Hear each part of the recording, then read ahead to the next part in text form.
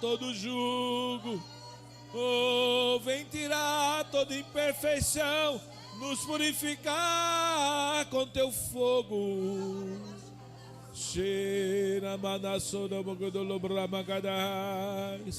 Queremos mais de ti, depender somente de ti, não queremos mais atalhos, Senhor. Há um poder a ser liberado na adoração. Há um manto novo de unção para você, meu irmão. Há muito mais você precisa conhecer, aprender a se entregar e a ceder, e verás que Ele é por você e não há outro além dele. Não há outro que você possa desejar mais, que você possa necessitar mais do que Ele. Oh, Ele deve ser a sua porção, a sua herança. Oh, se entrega de todo o coração, porque Ele quer se apresentar para você, Ele quer lhe curar. E você vai ver como é bom servir ao Senhor em adoração. Oh, é um tempo que não volta mais. Oh, é para remir o tempo, é para remir o tempo. Oh,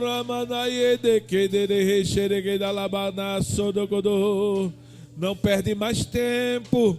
Oh, na presença do Senhor há abundância de alegria, há tudo que você precisa. Oh, a restauração, a perdão, a força, a alegria, a graça. Oh, tudo que você nem ainda imaginou na presença dele tem, somente para você. Oh, Ramanaye de Kederes. Nelegena la bagada sumnegene la manara manaye negenere. Oh, ramana so de que manaye sheregede la ba. Harakando seregede. Kono la magana sheregede la magana magana. Oh, lo mano seregede begede bregena la magana na magana. Oh, labagada, labagada. E a quem, Senhor, tenho eu no céu, senão a ti? Oh, quem eu desejo mais na terra, além de ti, Senhor? Oh, eu preciso de ti. Nós precisamos de ti, Senhor. Oh, como a terra seca, oh, anseia pelas fontes das águas, nós desejamos tua presença. Oh, desejamos que nossas emoções, nossas almas estejam rendidas 100% ao Senhor. Nossos corpos estejam sujeitos à tua presença, Senhor. Oh, Ramakana Sokodohosh, Dramanasu de Canta Lamanaye Xeregedele. Oh, Rabakana, não tenha medo de se entregar ao Espírito. Não tenha medo de adorar o Senhor.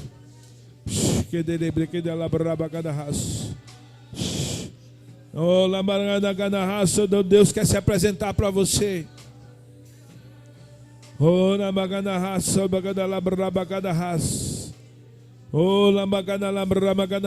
minha oração a Deus é que você não seja como os gregos, que adoravam o que não conheciam. Que você adore aquele que você conhece, que você saiba que Ele é bom em todo o tempo. Oh, aleluia, porque Ele deseja que você o conheça. Ele disse: clama a mim e responder-te-ei, anunciar-te-eis coisas grandes e ocultas que não sabes. Oh, aleluia. Que você saiba que Ele é Deus e que não há outro. Somente Ele é Deus. Somente Ele é Deus, que Ele é mais do que suficiente. O que você e eu precisamos é só adorar, é absolver a presença de Deus, é absolver a fé de Deus. Na presença de Deus há uma atmosfera de fé que você precisa absorver. comungar com Deus. Comungar com Deus. Oh, obrigado, Pai. Somos gratos pelo privilégio de estarmos na Tua presença, pelo caminho novo e vivo que Jesus inaugurou, pelo Seu sangue, pelo Seu corpo, onde o véu do templo se rasgou de alto a baixo, não há mais distância entre céu e terra. Somos gratos, Pai, porque o Senhor habita individualmente em cada um de nós. O Senhor é o meu Pai, é o meu Deus, assim como é Pai e Deus de cada um aqui individualmente. Cada um aqui é importante, tanto quanto é um para os outros. Oh, Pai, eu te dou graças por Tua presença. Em nome de Jesus, em nome de Jesus. A presença dele é tudo o que precisamos. Amém. Sabe que às vezes nós perdemos o sentido da palavra comunhão. Comunhão, o sentido mais básico de comunhão é ter tudo em comum. Eu creio que existe algo ainda para destravar para o verbo da vida Lamarão, para nós, para o corpo de Cristo na terra, mas eu quero falar para nós, porque eu sou cabeça da igreja local e Deus vem falando comigo, e quando vem falando comigo é para passar para vocês. Então, para nós aqui do Lamarão, existe algo a ser destravado. E essa palavra comunhão ardeu em mim hoje de manhã. É ter tudo em comum. É sintonia, é identificação. E eu acredito que precisamos ter comunhão com Deus. É muito mais do que cantar para Ele, ter comunhão. É ver na perspectiva dEle, é absorver a glória dEle. É entender que a glória dEle é nossa. É gostar do que Ele gosta. Sabe que Deus gosta da alegria do céu, Deus gosta da luz, Deus gosta da santidade, da glória dele. E ter comunhão é ter tudo em comum, é gostar da mesma coisa, é ter as mesmas motivações, os mesmos valores. Sabe, na adoração a glória dele está presente, e é algo que você deve ter prazer, é algo que você deve anelar, porque Deus está na presença dele. Vocês estão comigo? Existem coisas que faltam palavras no português para expressar o que está queimando dentro de mim. Mas sabe que na presença dele há uma glória para ser dispensada. Deus está nos chamando para comunhão. Sabe o que Deus está dizendo? Essa glória não é só minha, eu quero liberar para a igreja. Esse poder não é só meu, eu quero liberar para a igreja. Isso é comunhão. Deus está querendo comunhão com você. Ele quer que você participe da glória dele, da unção dele, do poder dele, da vida, da alegria, da saúde. Que a vontade de Deus seja feita na terra como é no céu. Vocês estão comigo? É muito mais do que cantar para ele. E o ministro Samuel vai subir para nos ensinar. Mas eu acredito que evangelismo é isso. É amar as pessoas como Deus ama. Eu estou aprendendo a amar, a andar em amor. Estou sendo construído em Deus. Estou aprendendo a ver as pessoas como Deus vê, a motivar as pessoas como Deus motiva. Amém. Aleluia. E Deus é bom. Eu quero me encher do amor, porque Deus é puro amor. Eu quero que esse amor seja meu também. Eu quero que essa visão de Deus seja a minha visão. Essa visão que começou no apóstolo Band aqui para nós do Brasil. E hoje são quase 400 igrejas, né, Verbo da Vida, em pouco tempo. E a visão está se expandindo, essa visão de Deus para nós. Amém. Existe muito mais de Deus. Eu acho que uma das palavras mais significativas para hoje, para o que eu estou falando agora na Bíblia, que quando diz provai e vede que o Senhor é bom. É uma prova, como você se alimenta de uma comida gostosa, de uma sopa que você diz, que sopa gostosa. É a mesma palavra hebraica, provar. É você beber da presença de Deus, é você saber da essência de Deus. Sabe, eu estou convicto de que eu ainda não conheço o Senhor como deveria, mas que eu preciso ser uma expressão de Deus. Amém. Eu preciso ser uma expressão de Deus. Jesus era a expressão exata de Deus. Mas sabe que ele era filho, ele se esvaziou da sua glória, ele foi um homem cheio do Espírito Santo. Precisamos estar mais com o Espírito Santo. Precisamos estar mais cheios do Espírito Santo. Sabe, nem todo mundo que diz que está cheio do Espírito Santo está de verdade. Não está ainda. Não está ainda. É impossível. Toda pessoa que estava cheia do Espírito Santo na Bíblia evidenciava uma vida de amor, de compaixão. Barnabé estava cheio do Espírito Santo. A Bíblia diz que uniu muita gente ao Senhor. Ele era bem quisto, querido. Ele era simpático, ele era amoroso. As pessoas queriam estar com Barnabé. Não é? É isso mesmo, Saulo, né? Barnabé levantou. Samuel está me lembrando. Barnabé levantou Saulo. Não é? Era Barnabé e Saulo, Barnabé e Saulo. Depois virou Paulo e Barnabé. Ele avançou. Era um motivador. Amém. Eu vou dizer algo todo no meu coração. Mesmo que você desista de você, eu não vou desistir. Irmão Gilvan, mesmo que você desista de você, eu não vou desistir de você. Vou pegar no seu pé como carrapato gruda no cachorro. Você é querido por mim, por nós, amado de Deus. Eu sonho em ver você de volta, em ver você ativo na obra. Porque não tem mais sentido nossa vida sem a presença de Deus, sem fazer a obra de Deus. Fomos selados, o Senhor está marcando os ministros do Lamarão. Deus está ali marcando, Deus está marcando Samuel, Deus está marcando você. Sabe como pega um gado e marca assim, você é meu. Deus está pedindo exclusividade. Vão deixar a vida secular logo. Deus está querendo exclusividade, Margot. Deus está nos selando. Se prepare. Deus vai lhe dar estratégia para o último passo na sua vida secular, viu? O último passo vai ter que deixar.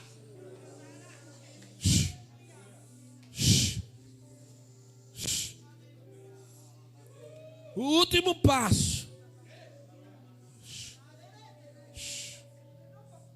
Oh, aleluia. Deus está marcando alguns ministros, marcando.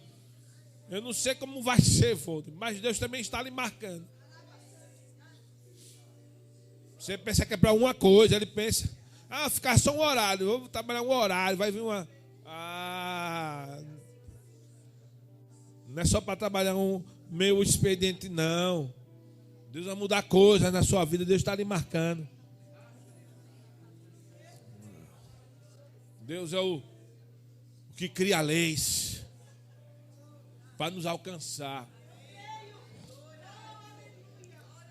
Deus está marcando. Como marca um boi, pastor, ele aqui é meu.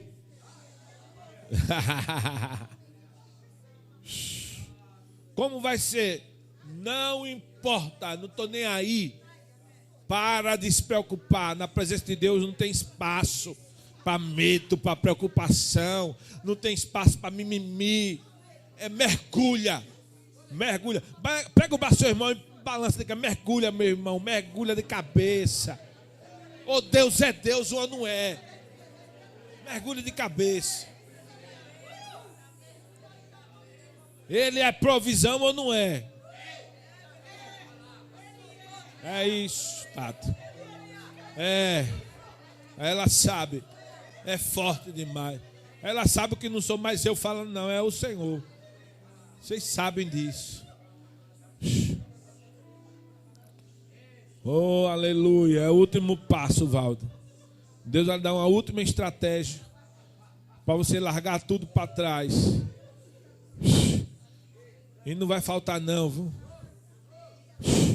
Vai vir uma grande soma de dinheiro, como se fosse uma gordura para você queimar aos poucos.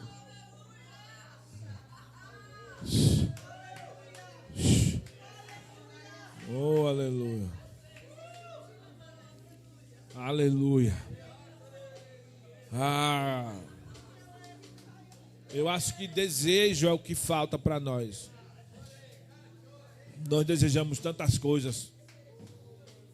não é? Desejamos comer quando estamos com fome. Que tal desenvolver fome de Deus? Fome da sua presença. Desejamos uma comida gostosa, desejamos tantas coisas. Paulo disse em Filipenses 3,10: eu desejo conhecê-lo. Eu desejo conhecê-lo e o poder da sua ressurreição. A Bíblia diz para buscar os dons com zelo. Zelo no grego é a palavra zelu, que significa desejo ardente, expectativa. Eu preciso de expectativa. Eu preciso de um desejo ávido, ardente. Eu preciso.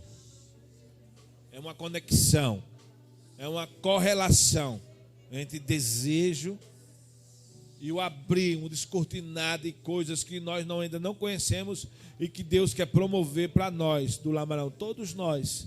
Deus quer promover para todos nós. Deus quer promover para todos nós. Deus está levantando pessoas para ir e você recuar e ganhar. Pessoas de confiança. É um tempo de descanso, de puxar o freio de mão. Está chegando.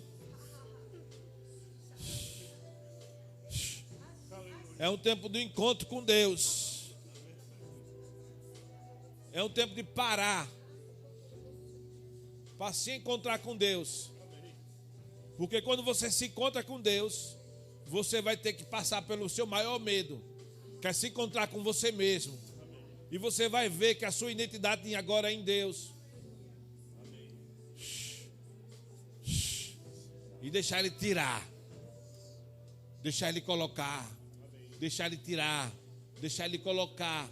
Deixar Ele arrancar raízes que Ele não plantou. E deixar Ele plantar coisas novas no seu espírito, nas suas emoções. Tem um encontro consigo mesmo. Aí você vai contemplar como um espelho, com o rosto descoberto. Aí você vai ver quem você é agora em Cristo. De uma forma que você nunca viu antes. Vai contemplar como por um espelho a glória do Senhor.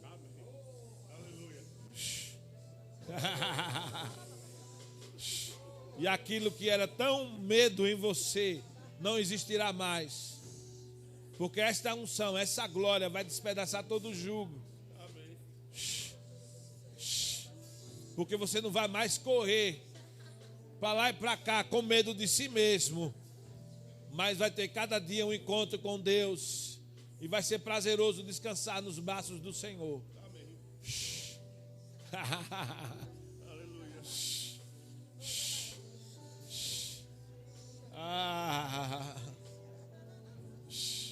E vai ser prazeroso adorar e mergulhar sozinho. E o Senhor vai lhe levar para águas de descanso. Vai refrigerar a sua alma. Vai suprir as suas necessidades. E você verá que Ele é o seu Pai verdadeiro.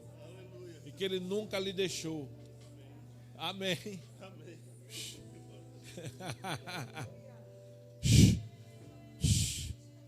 Oh, aleluia. Deus é bom. Então, Deus amou o mundo de tal maneira que deu seu Filho único, para que todo aquele que nele crê não morra, mas tenha a vida. Deus deseja que eu e você tenhamos a vida. Vocês estão comigo? Deus só quer que você tenha a vida. Que vida? Pergunta para o seu irmão, faça assim: meu Deus, meu irmão, que vida Ele deseja que você tenha? A vida dele. Diga para ele: a vida dele. A vida Zoe. Que você usufrua dessa vida. Amém? Que você tenha essa vida. Coisas precisam romper para que você tenha. Jesus disse: eu vim para que você tenha. Ter no grego é tomar posse da vida. A vida que estava oculta dos séculos e das gerações, mas se manifestou através do Filho. Amém? Para nós, os gentios, Deus quer que você tenha vida. E eu vou dizer, existem coisas que o seu dízimo, a sua oferta não vai proporcionar. Existem coisas que vão ser quebradas na área financeira, que você precisa usufruir, adorando ao Senhor, na presença de Deus, usufruindo dessa vida, tendo vida, sugando dessa vida. É o que eu preciso, o que você precisa. Coisas vão se abrir, portas vão se abrir, coisas vão chegar rápido. A sua semente vai ser que nem a semente de João do pé de feijão, milagrosa. A adoração vai trazer isso. Existem coisas que precisam ser rompidas na adoração, porque na adoração é liberada a unção, na adoração é liberada a glória dele, e você absorve. Vocês estão comigo? Deus é bom, para que você tenha a vida. Eu preciso estar convicto que Ele quer que eu tenha a vida, Wilson. Ele quer que você tenha a vida. É a própria vida dele, Ele derramou para você ter a vida dele na terra. Viver a vida de Deus. É o que eu ensino lá no Rema, uma das matérias do livro de Atos. O livro de Atos nos ensina como ter a vida de Deus no ser humano. Amém? Nós ainda estamos aprendendo. Eu creio que existem coisas para nós, a igreja gentílica, que nem o povo de Israel ainda usufruiu. Com a mesma herança. Nem eles ainda, os judeus de nascimento, ainda estão usufruindo dessa herança. Porque foi revelada por completo pelo Filho. E nós cremos no Filho.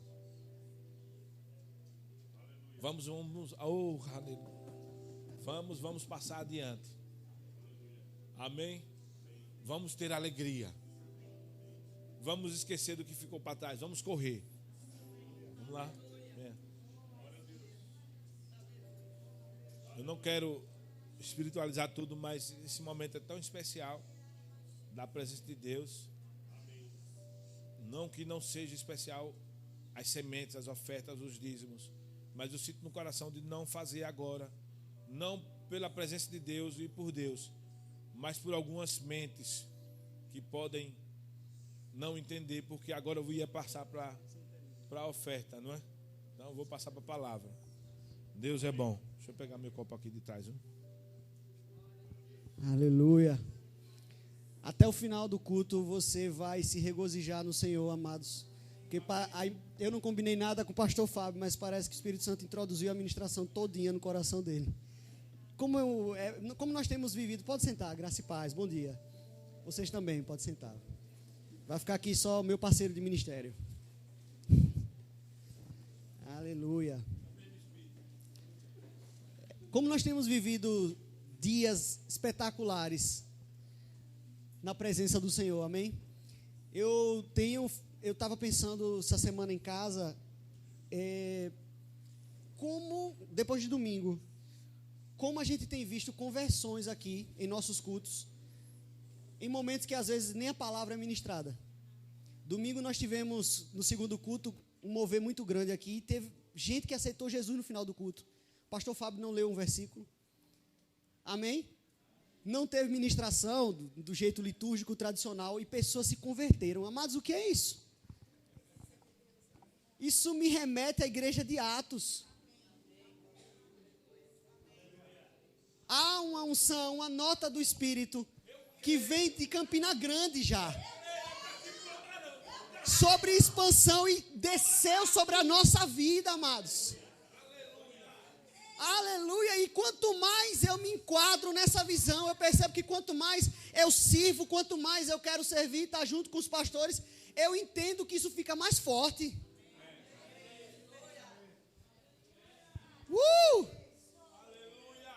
Que coisa maravilhosa, meu irmão. Oh, aleluia. Deus provando de que não é o homem quem faz, não é a sabedoria humana, não é o conhecimento humano, mas é o poder dele que atrai e toca as pessoas vindo para cá aceitar Jesus, chorando nesses dias. É o que nós temos visto nos nossos cultos. Seja qual for o ministro, qual for o pregador, a unção permanece. E o Espírito Santo toca os corações, as pessoas constrangidas, aos prantos, diante de tanto poder, de tanto amor. Que tempo maravilhoso. Depois que eu vi isso no segundo culto, no domingo aqui, eu fui para casa com isso, martelando na minha cabeça. Que bênção. E eu creio que tem muito mais. Eu creio, eu tenho certeza, plena convicção de que tem muito mais. Muito mais, amados. E pastor Fábio mandou no grupo aquela ministração do aniversário de Salvador. E teve uma coisa logo no começo da ministração que chamou muito minha atenção. E depois que o pastor Fábio ministrou aqui na terça-feira, aquela palavra maravilhosa sobre semente, ficou mais forte ainda dentro de mim para falar sobre isso. Amém, amados? Porque eu vou falar hoje sobre o administrador infiel. E daqui para o final você vai entender que tem tudo a ver com missões e tudo a ver com tudo que o pastor Fábio falou aqui. Amém? E aí você vai ofertar diferente. Ainda não é o momento da oferta especial, mas você já vai ofertar diferente. Eu tenho certeza disso. Amém, que bênção. Quando o pastor disse que Deus falou com ele que era para passar a palavra para a oferta vir, eu disse, Espírito Santo é lindo. Porque eu tenho certeza na obra que ele ainda quer fazer. Amém, amados? Glória a Deus, que bênção. E eu queria que você abrisse primeiro para a gente ler Lucas capítulo 16.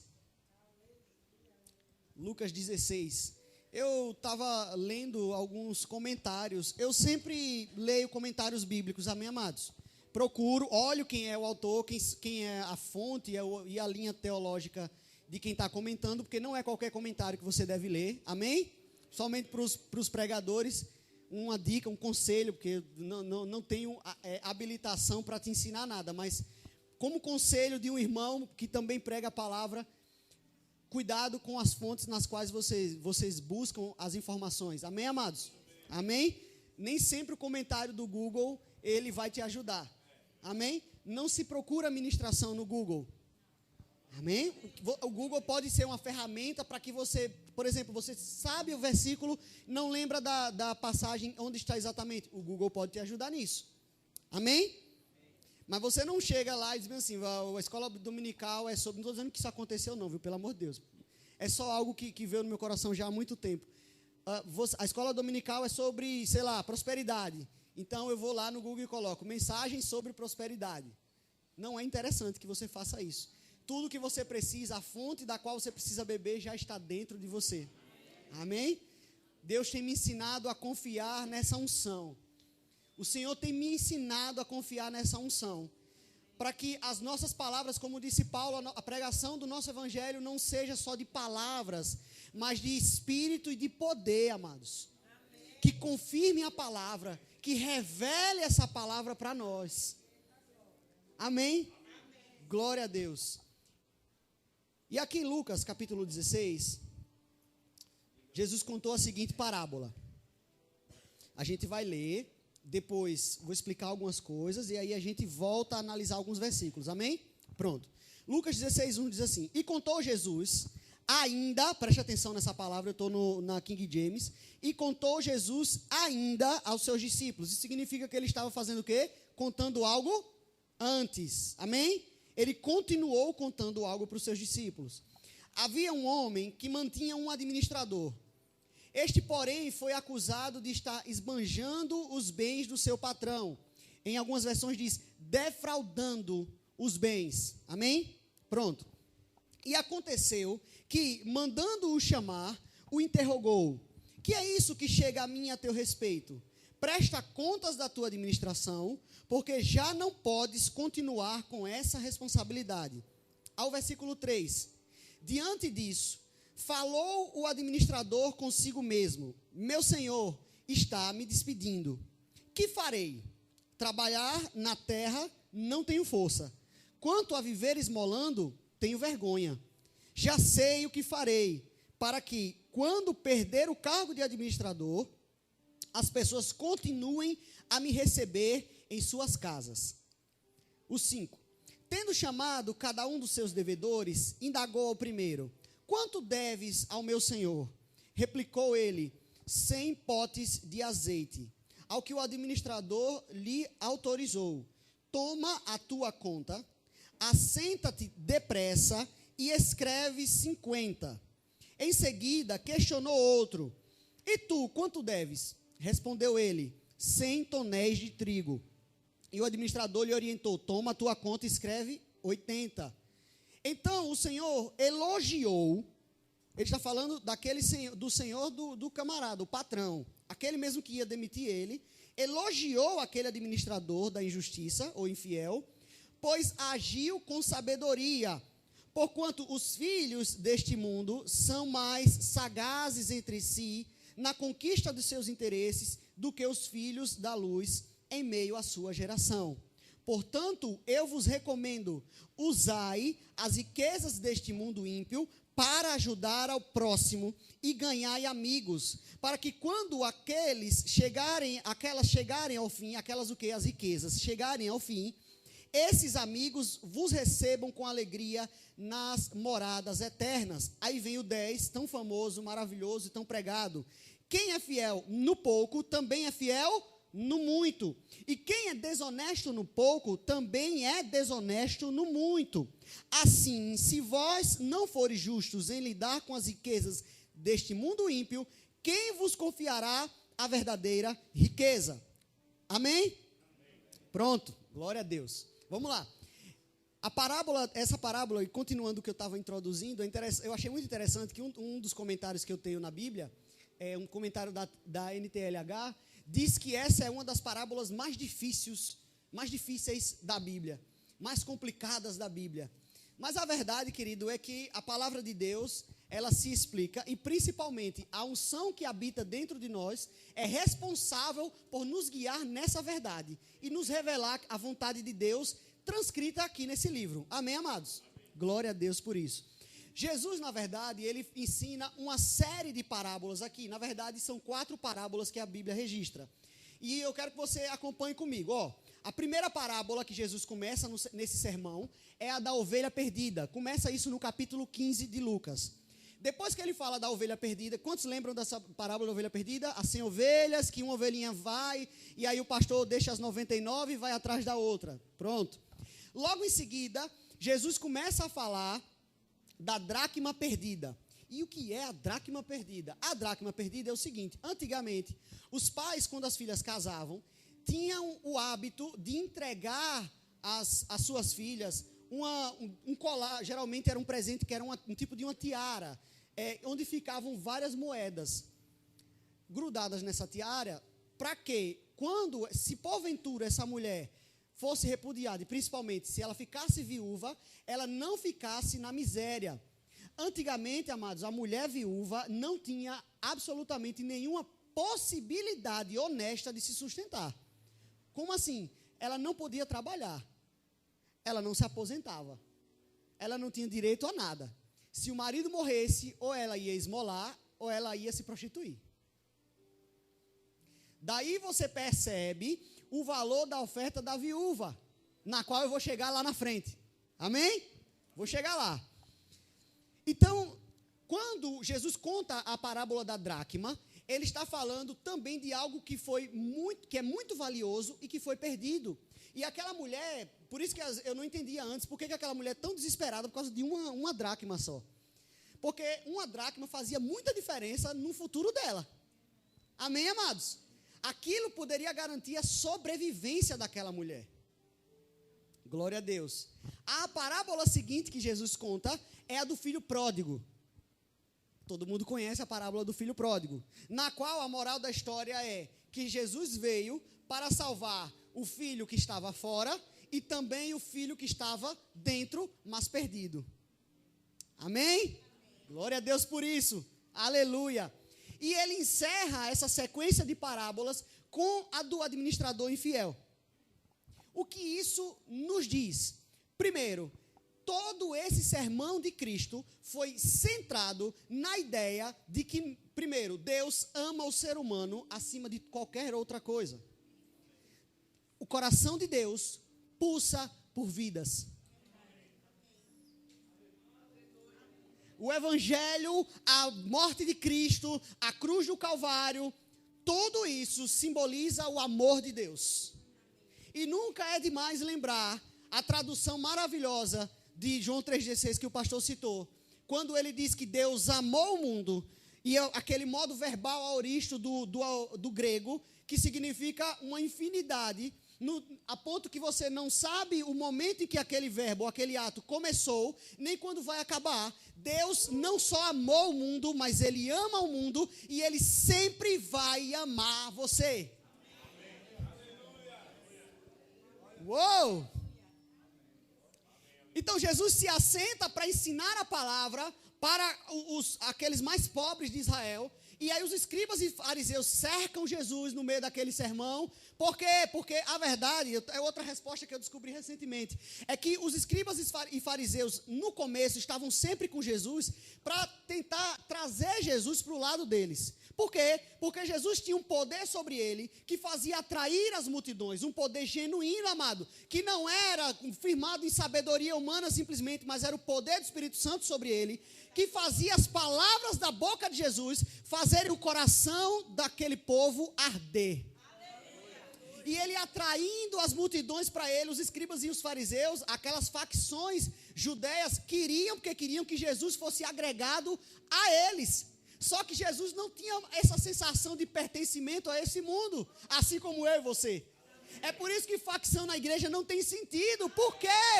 Porque você já pertence a um povo. Eu já pertenço a um povo. Só eu saber que tem 360 igrejas no dia de hoje, crendo na mesma coisa que eu, pregando a mesma coisa que eu, amado, vivendo a mesma unção que eu, já me dá uma ideia do que eu vou viver no céu. O seu time aqui na terra é o time de Cristo. Você já tem uma facção. Amém? Aleluia. Aleluia.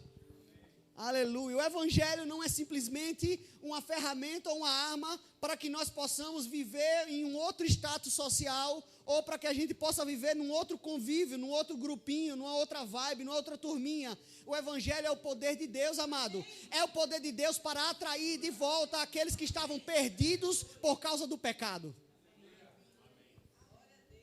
Aleluia. É a esse povo que você pertence.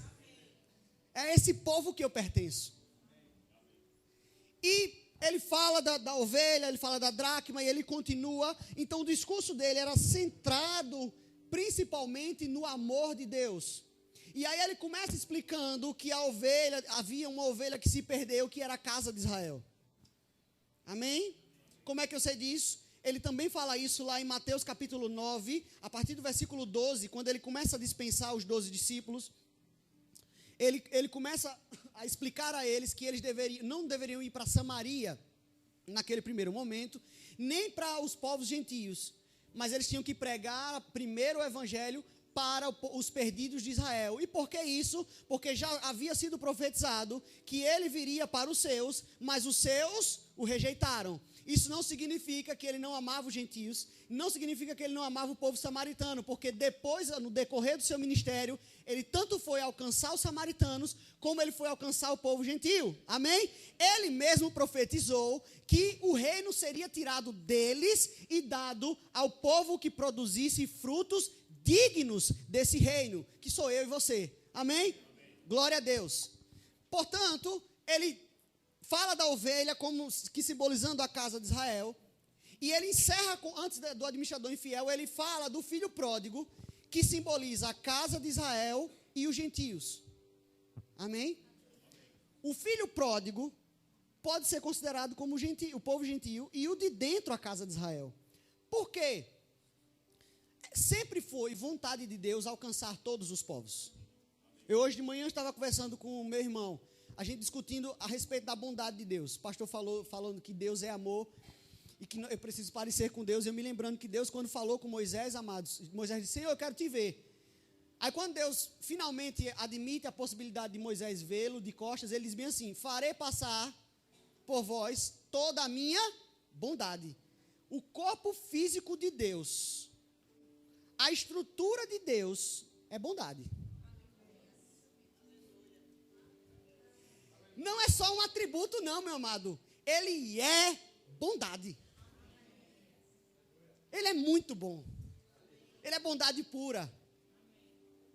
E aí, a última, trazendo para a nossa realidade hoje de missões, a última parábola é essa do administrador infiel.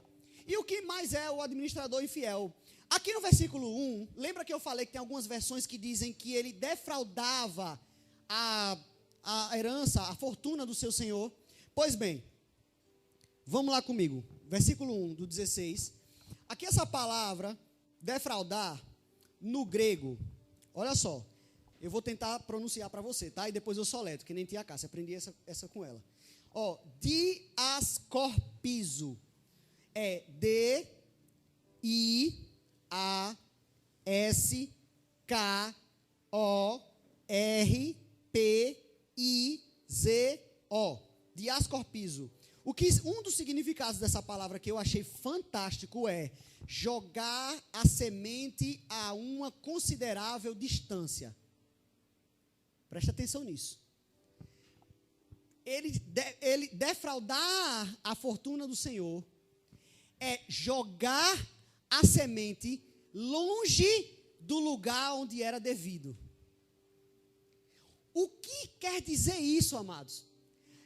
A simbologia e o que Jesus está querendo falar aqui é que quem faz com que as riquezas ou os bens ou esse mundo material domine a sua cabeça, que lhe tome o fôlego, é como se você estivesse pegando aquilo que Deus te confiou e dando destinação diferente, diversa daquilo que era para você fazer com o que Deus te deu. Jogar a semente para longe. Porque nada do que Deus nos confia, e aí vem a ministração do pastor de terça, nada do que o Senhor nos confia, amados, é só para o nosso bel prazer. Prosperidade é algo que passa por você. Prosperidade precisa ser transmitido. Se ficar com você é riqueza, não é prosperidade.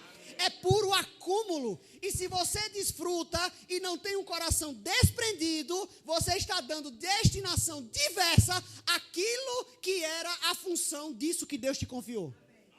Se Deus te confiou um carro, você vai sempre que pode dar uma carona para o irmão. Por quê? Porque isso é semente. O Senhor te confiou para que você seja a ponte da bênção dele para outros.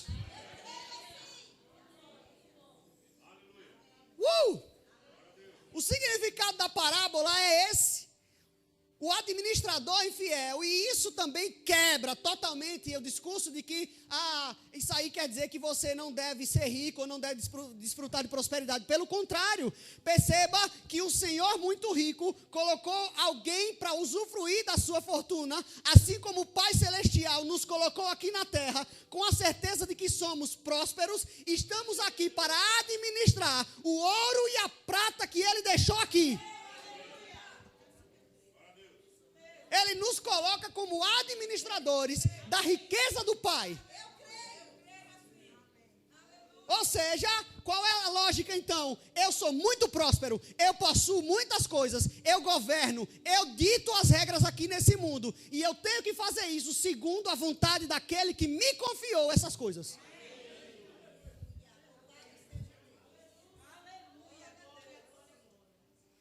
Se eu desvirtuo essa finalidade, eu estou sendo infiel e defraudando aquilo que o Senhor me deu.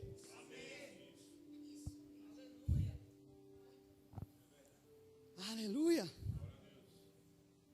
E qual é a finalidade, amado? Diga o outro.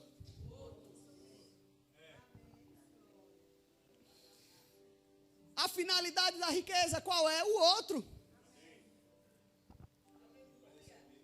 Aleluia. Essa é a finalidade de toda a prosperidade. Essa é a lei e os profetas, como diz a palavra. É o outro. Tudo bem, então já que é o outro, já sei. Vou pegar, eita, hoje é o dia do Espírito Santo quebrar as pernas de um monte de falso ensinador.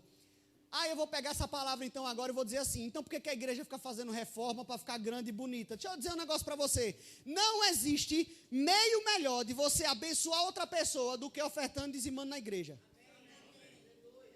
Porque a igreja, meu amigo, faz distribuição social como nenhuma outra empresa ou qualquer organização faz. Nós somos aqueles autorizados por Papai do Céu. E quem é que diz isso? A palavra. Somos os autorizados por Papai do Céu para distribuir os bens dos irmãos que querem abençoar outras pessoas. O Senhor nos confiou essa missão. Então, quando você coloca um dízimo e uma oferta aqui, meu amado, naquela salva que o diácono lindo, maravilhoso, vai passar por você. Você está simplesmente administrando bem aquilo que o Senhor te deu. Para com esse sofisma de, já sei, vou dar para a instituição de caridade. Vou eu mesmo dar. Amém, amado, você tem que dar. Mas você tem que dar principalmente aqui, porque é daqui que vem o alimento. É daqui que vem os esforços para alcançar vidas que você não pode alcançar. É daqui que vem os esforços de pessoas que são levantadas para cuidar de outras pessoas que você nunca conseguiria ajudar. Há unções aqui, em pessoas nessa igreja, específicas para tratar áreas de vida de pessoas que você não tem habilidade para fazer, e o que vai fazer é o seu dinheiro sustentando quem foi chamado para fazer.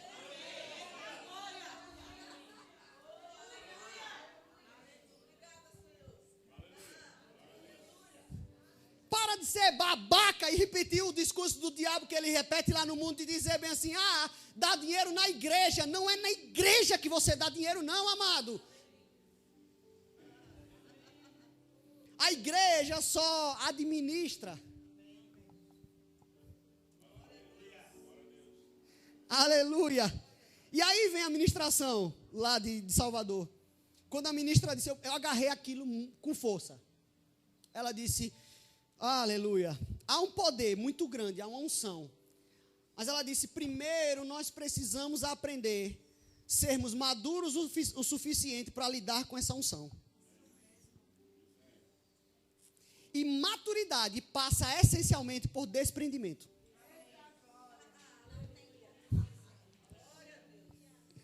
Aleluia. Maturidade passa principalmente, essencialmente, por desprendimento. Se você não consegue ser desprendido é porque você ainda é infantil. Igual aquela criança que não quer dividir os brinquedos.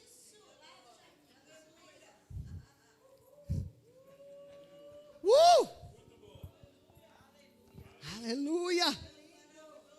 Aleluia. Aqui no versículo 11, quando Jesus fala, depois de ter falado quem é fiel no pouco e no muito, a gente geralmente prega nesse sentido, e não é errado pregar assim também, de que quem é fiel no pouco é porque é no pouco o dinheiro e depois Deus vai dar o muito dinheiro. Na verdade, o que Jesus está dizendo, chamando de pouco aqui, são as riquezas desse mundo.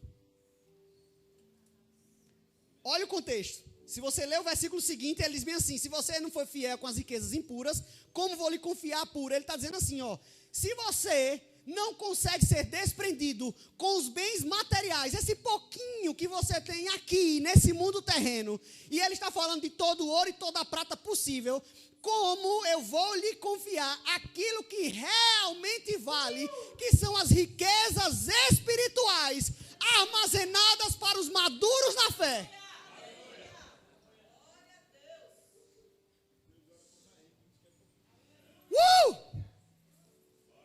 Amém.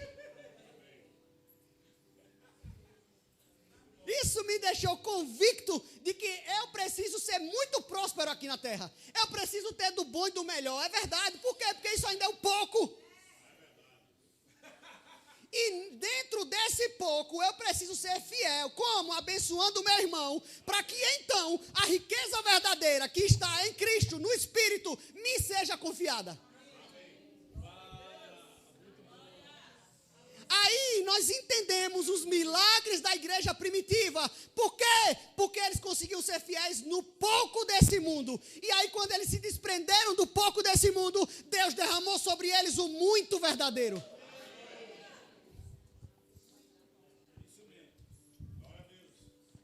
Oferta missionária não é brincadeira não, irmão. Oferta missionária, e eu falo de oferta missionária, é oferta na igreja. Amém? Não existe só uma maneira de fazer missões. Nós sempre pregamos que fazemos missões como? Indo, orando e contribuindo. E a igreja primitiva vai ensinar isso. Você quer ver um exemplo? Vamos lá. Quando Pedro era preso, ou algum irmão era preso, o que a igreja fazia? Orava. Até que eles fossem libertos, estivessem soltos, eles oravam. E depois que era solto, a Bíblia diz que eles continuaram orando. Agora, não só para ele ser solto, porque ele já estava solto, mas para que aquilo não abalasse ele, a ponto que o Espírito Santo continuasse trazendo ousadia para eles continuarem pregando. Sustentava em oração. Amém? Depois, alguns homens eram escolhidos e enviados. Começava num cargo, depois o Senhor promovia. Exemplo, Filipe era diácono. Depois se tornou o evangelista mais famoso da história bíblica. O homem que foi transladado era diácono. Aleluia. Quando eu vejo isso, amado, eu estava lembrando, vi Vadão agora, o diácono enxugando o suor dele. E aí eu me lembrando que isso, até isso é colheita. Porque eu me lembro do tempo que Vadão era diácono e ele enxugou o suor do pastor Fábio. Parece uma coisa besta que eu estou dizendo. Mas receba no seu espírito. Quantas vezes eu presenciei isso? O pastor aqui na unção, ministrando, o Ivadão enxugando o suor, trazendo o lenço. E hoje tem a oportunidade dos diáconos fazerem isso com ele. Então eu tenho convicção de que o que o pastor falou para ele é verdade. Abundante colheita. E Filipe, o diácono, foi promovido. Amém? Ele foi promovido porque era um homem cheio do Espírito Santo, porque aceitou a missão, porque foi submisso, porque, amados, como Davi, veja, Davi, quando ia partir para a guerra, Saul tentou colocar a armadura dele em Davi. Deixa eu dizer um negócio para você, a essa altura, Davi já tinha sido ungido rei por Samuel há muito tempo. Preste atenção, porque isso não é qualquer coisa. Não é que um velho maluco chegou lá, botou a mão na cabeça dele e disse, você vai ser rei, acabou. Samuel era juiz de Israel, amado. Saul se calava para ouvir o que Samuel dizia. Amém? Então, se Samuel foi lá na casa do camarada dizer que ele ia ser rei, imagine como deve ter ficado, era para ficar a cabeça desse menino de 12 anos. E aí, quando ele vai contra Golias, ele se dispõe no coração, e aí tentam colocar a armadura do rei nele. Ele diz, não, eu não quero. Porque é pesada, não é para mim.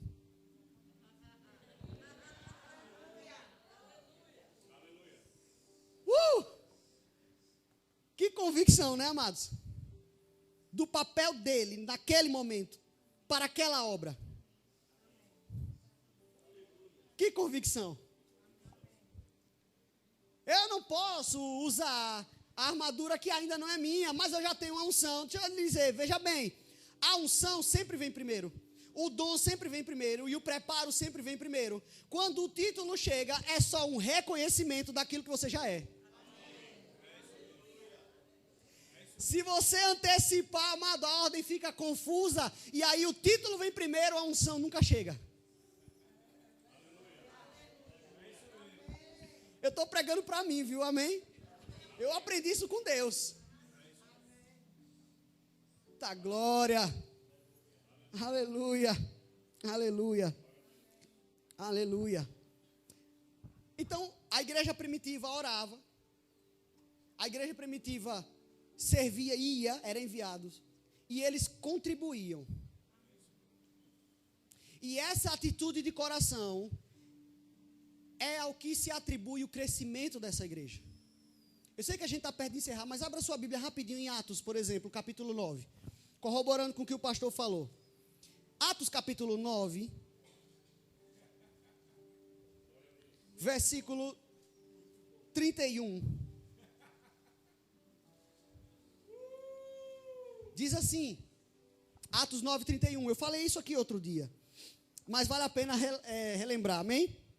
Aliás, outro dia eu vi, eu não sei quem foi o ministro, não sei se foi Mara que falou, alguém, quando estava ministrando aqui, disse que talvez você já tenha ouvido essa palavra, não sei se foi o pastor, talvez você já tenha ouvido essa palavra e tal. Eu não entendo o crente que fala de palavra que já sabe a palavra, ou já ouviu essa palavra. Sabe por quê?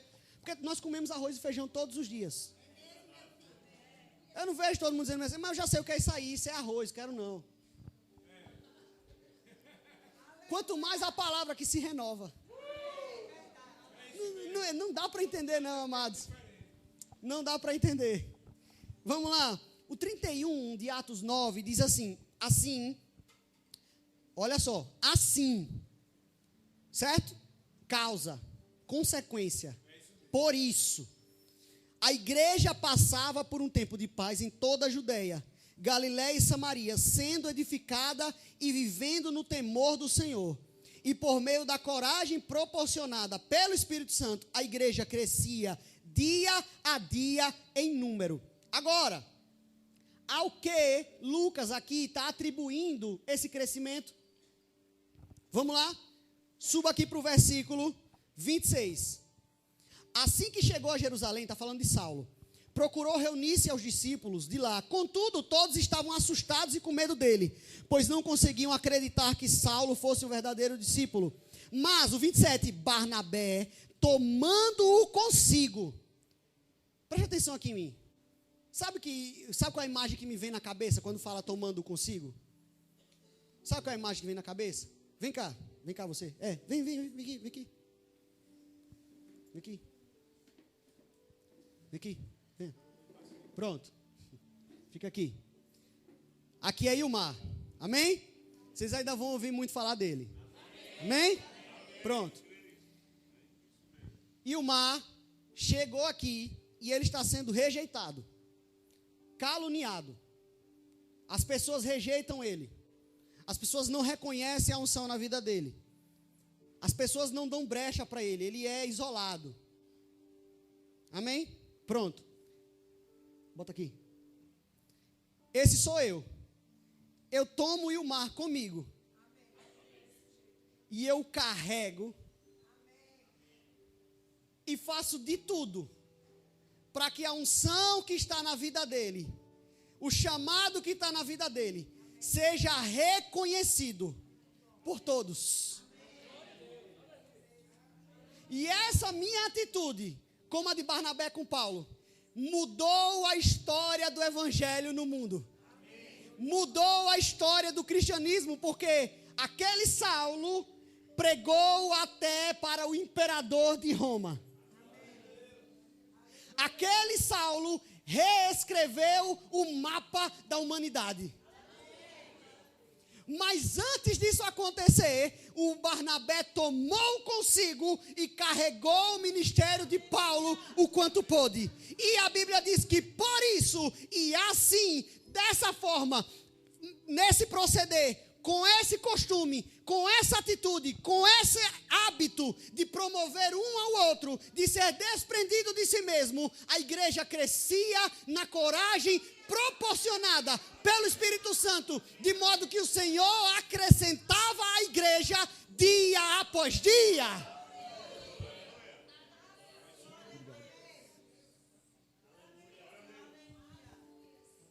Aleluia, aleluia. Aleluia. Eu preciso ter um coração desprendido, amados. Amados, Deus falou isso comigo. Eu preciso viver uma vida desprendida. Eu preciso ofertar como nunca antes. Amados, eu creio que há um destravar sim nesse lugar. Eu creio que a palavra é de expansão. E isso passa também pela minha contribuição, amado. Paulo tinha que defender o seu ministério, e aí chegou um momento que ele disse bem assim: olha, eu não só tenho o direito de receber ofertas de vocês, mas tenho o direito de trazer uma esposa comigo nas minhas viagens, e ela também ser custeada, amado. Aleluia. Ei, você está aqui? Isso não foi invenção do Verbo da Vida, invenção da igreja local, invenção, não. Quando a Bíblia fala de ministério, amado, e de muita honra, e de mais honra, maior, digno de maior honra, isso é um assunto para um outro momento que também está ardendo no meu coração. Quando a Bíblia fala de maior honra, amém, aos que dirigem, aos que presidem, ele está falando de um suprimento completo. Por quê? Porque o pastor da minha igreja é a voz de Deus para esse lugar, para esse tempo. Então, quando eu dou suporte para a vida dele, ou para qualquer missionário do campo, eu, na verdade, estou dando suporte para que a palavra de Deus seja pregada. E nós ainda temos uma vantagem. Isso não foi ele que disse, não precisa ninguém dizer. O meu pastor não é nenhum aproveitador, mas é um homem honrado. Eu sei, porque quando ele chegou aqui, eu acompanhei. Ele trabalhava 12 horas às vezes e vinha para cá, para a igreja. Depois do plantão, eu vi. Ninguém me disse, eu vi. Chegava com um carrinho bem mais ou menos. E pregava sobre fé, sobre prosperidade.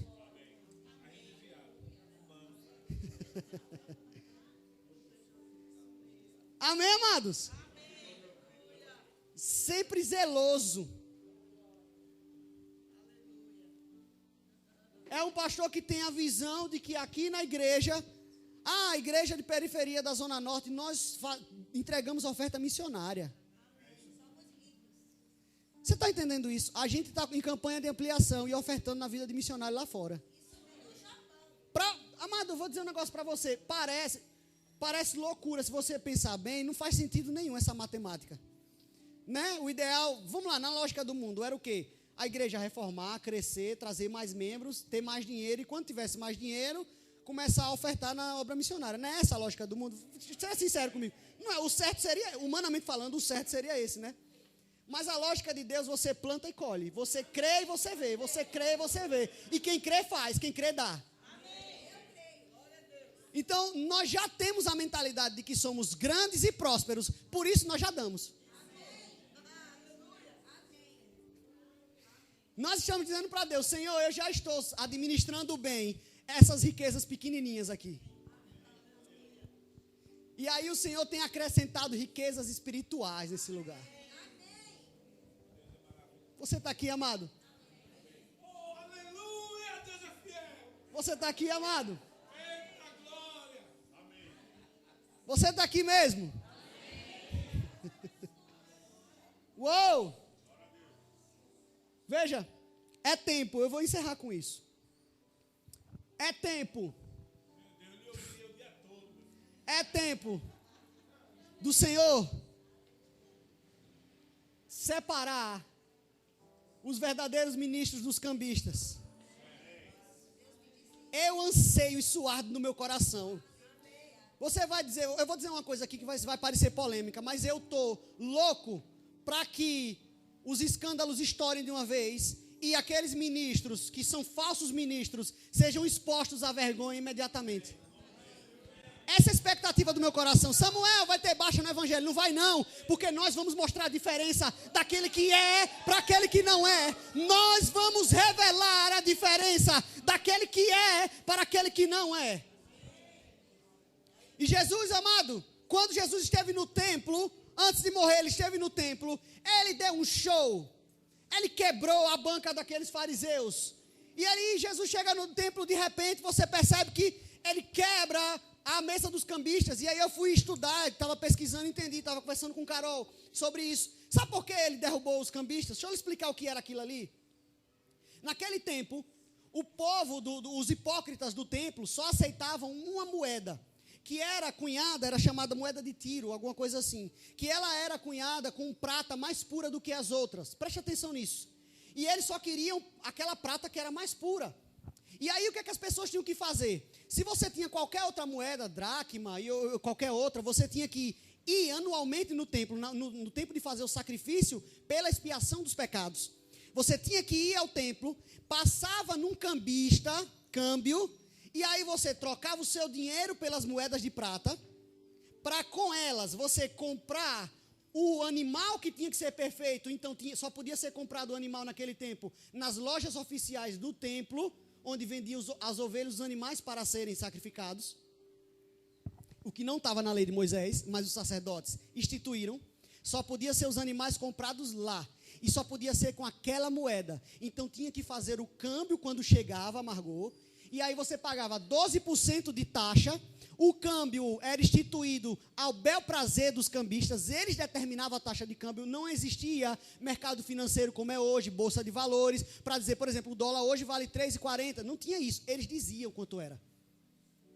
E aí o povo trocava e só depois trocava pelas moedas de prata para comprar os animais e para ter moeda de prata ainda sobrar para colocar lá no templo. Veja, quem não conseguia fazer isso, amado, era impedido de expiar os pecados.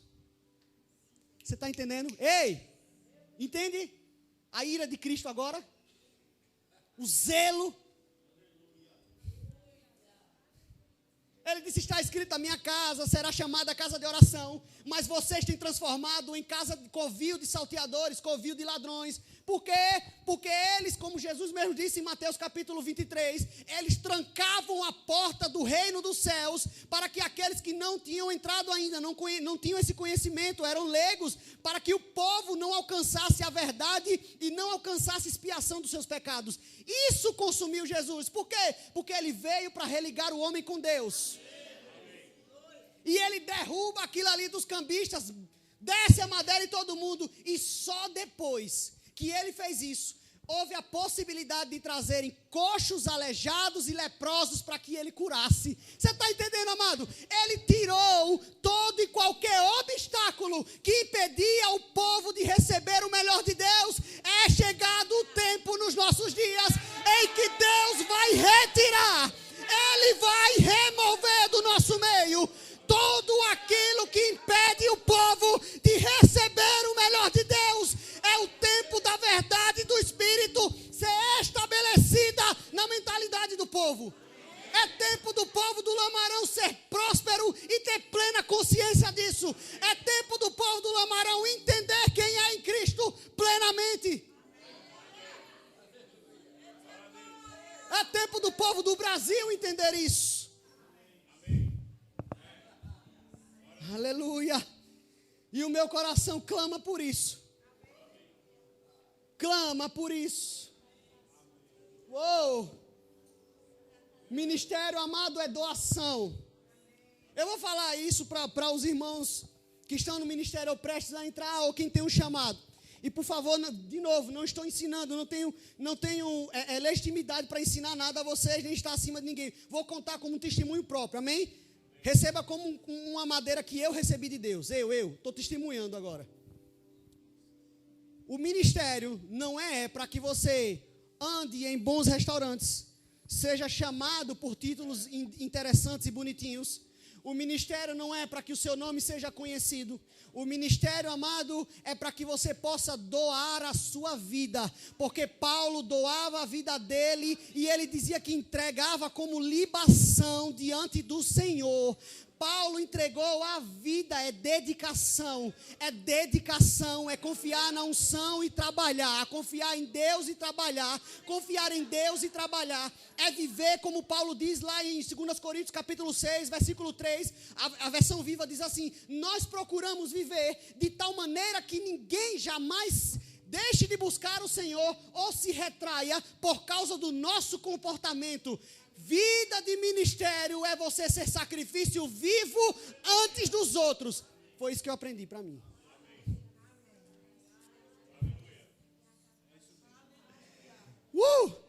É estudar muito essa palavra, é pesquisar, é ir atrás. E depois de tudo isso, não se esquecer que a unção é que faz a diferença. Depois de conhecer tudo isso, de ver tudo isso, entender que se você chega aqui e a unção não está sobre você, se eu não tenho uma vida, amado, que reflita isso, não adianta de nada, porque a letra mata. Eu não tenho nada para passar, mas a unção do Espírito que vem sobre mim é o que vai alimentar as pessoas.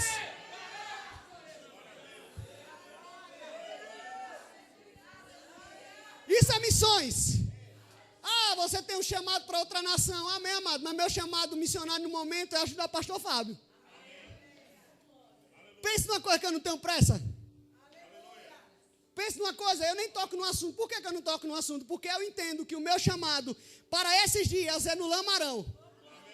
E se eu não sou fiel no Lamarão, se eu não sou suporte ao meu pastor do Lamarão, eu não posso ser suporte em lugar nenhum mais. Eu estudo isso aqui, amada. Eu estudo essa palavra. Mas mesmo assim, eu entendo que dependo de Deus. Eu tenho que ter consciência da unção. Não é a música que me carrega. O Espírito Santo disse para mim, olha, se você for pregar, não é a música que te carrega, não é o clima, não é o ambiente, é legal o teclado, mas se não tiver teclado, vai ter unção do mesmo jeito. Seja fiel. Seja fiel com as riquezas que Ele já te deu. Amém. Seja desprendido, porque desprendimento é maturidade. Glória a Deus, meu pastor.